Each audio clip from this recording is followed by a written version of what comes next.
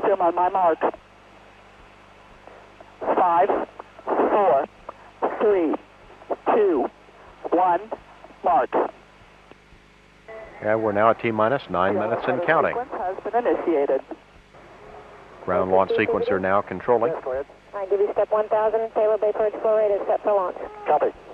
Ground launch sequencer will check over 1,000 different parameters between now and launch time to make sure that nothing falls out of predetermined limits.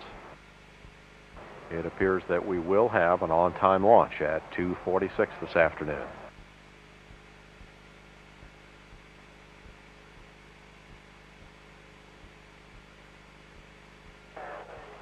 PLT, OTC. Configure fuel cell essential bus source switches. That's in work.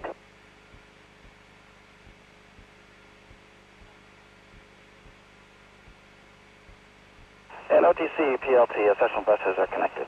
Copy.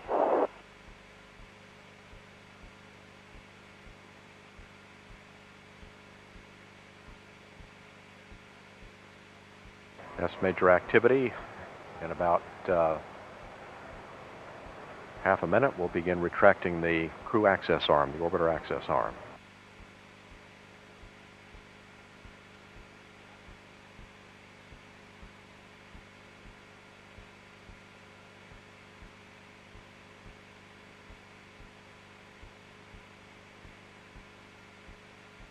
TLS is go for orbiter access arm retract.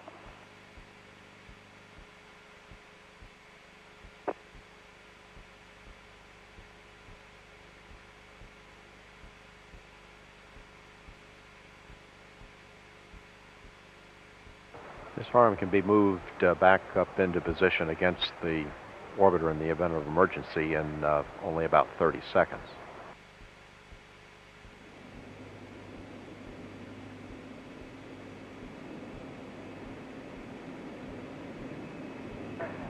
JRPS, OTC. JRPS. Start APU strip chart recorder. I copy.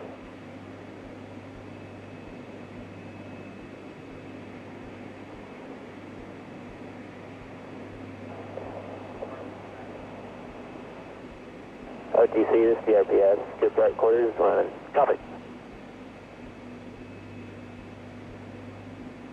At T-minus 31 seconds, the ground launch sequencer will hand off to Atlantis's, or rather Columbia's onboard computers, and it will control the final 31 seconds of the countdown. Copy, in work.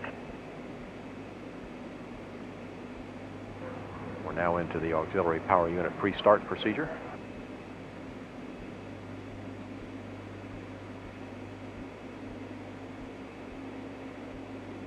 T-minus 6 minutes and counting. We're preparing now to start the flight recorders, which will begin. CPLT APU pre-start complete. 2 drain, 1 bar ripple as expected. Copy.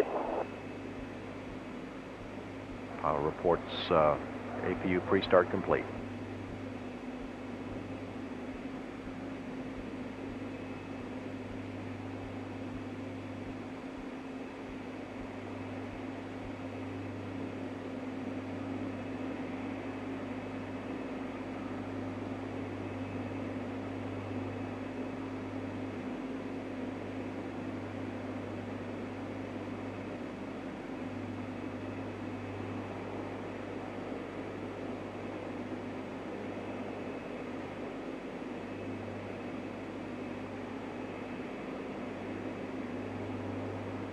T-minus 5 minutes and counting. TLS is go for orbiter APU start. PLT, OTC, perform APU start. Copy, in work. Pilot Steve Lindsay now flipping switches in the cockpit to start the auxiliary power units. CDR, OTC, reconfigure heaters. CDR, that's in work.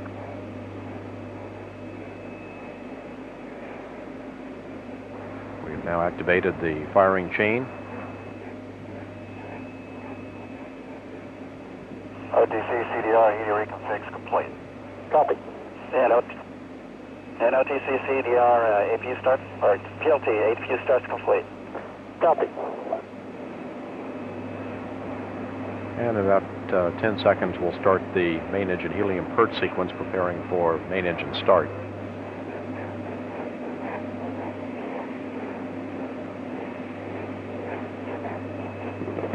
TLS is go for purge sequence 4.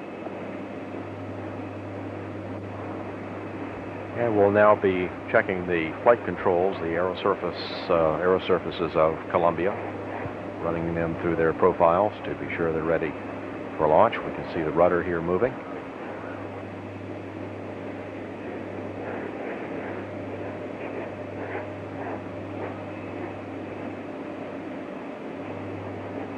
Vehicle now on internal power.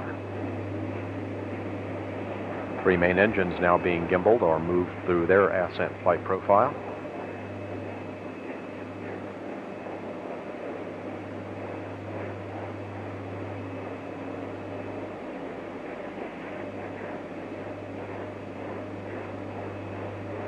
All systems in Columbia are go.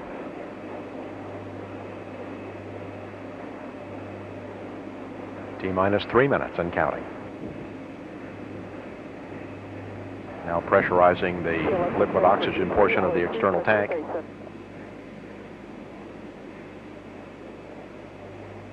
PLT, OTC, clear caution and warning. Memory and verify no unexpected errors. Copy, and word.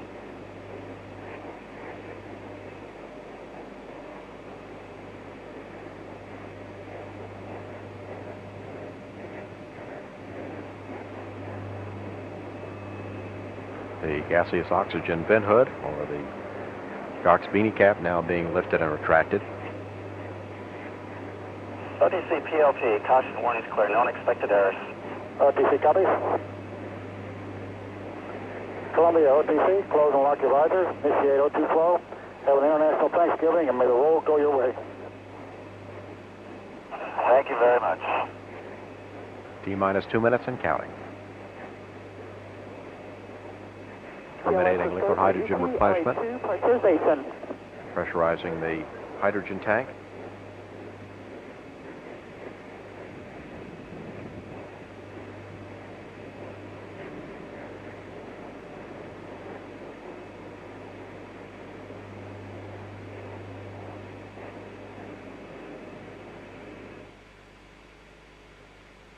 T-minus 90 seconds and counting.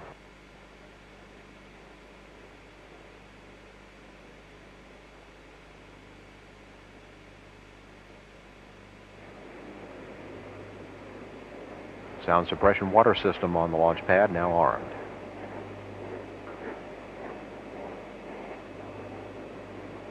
Now we'll release water at the rate of 900,000 gallons a minute at T-minus 16 seconds.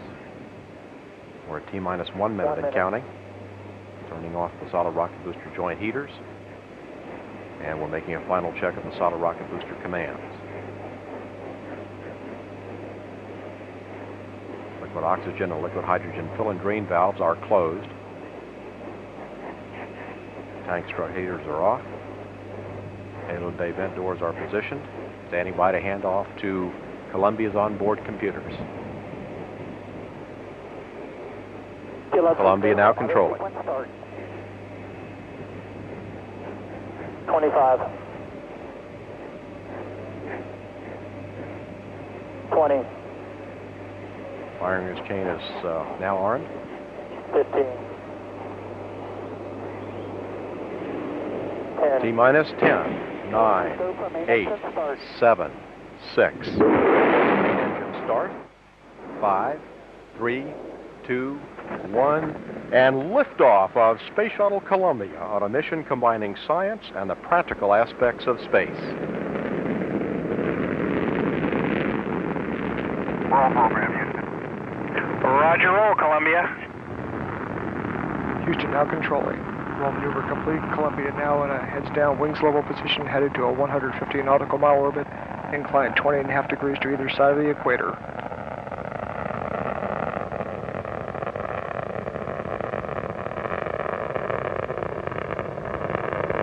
Three engines on board Columbia now throttling back to 67% of rated thrust as the orbiter passes through the area of maximum aerodynamic pressure in the lower part of Earth's atmosphere.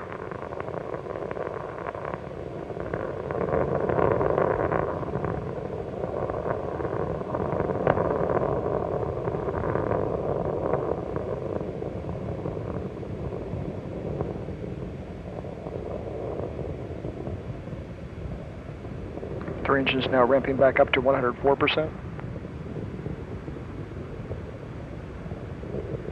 Columbia, go at throttle up. Columbia's three liquid fuel engines are now back at full throttle, 104% of rated thrust. Altitude now 11 miles, downrange distance 8 miles.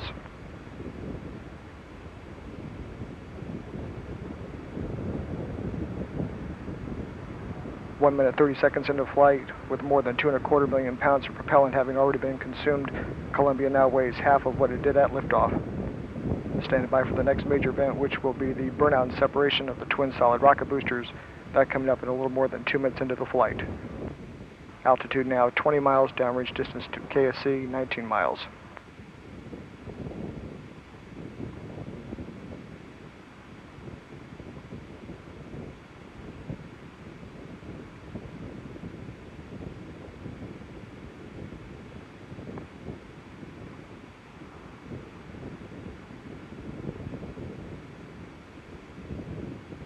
Booster officer confirms good separation of the solid rocket boosters.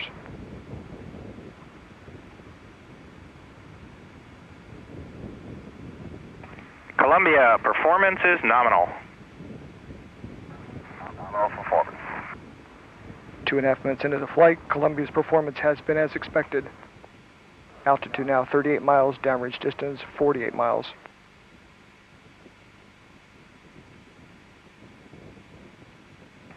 Columbia, two-engine banjul. Engine banjul. In the event of a single engine failure, Columbia could now reach one of the transatlantic landing sites. However, telemetry indicates all three engines are continuing to perform well. Altitude now 45 miles, downrange distance 70 miles. 3 good APUs, 3 good fuel cells.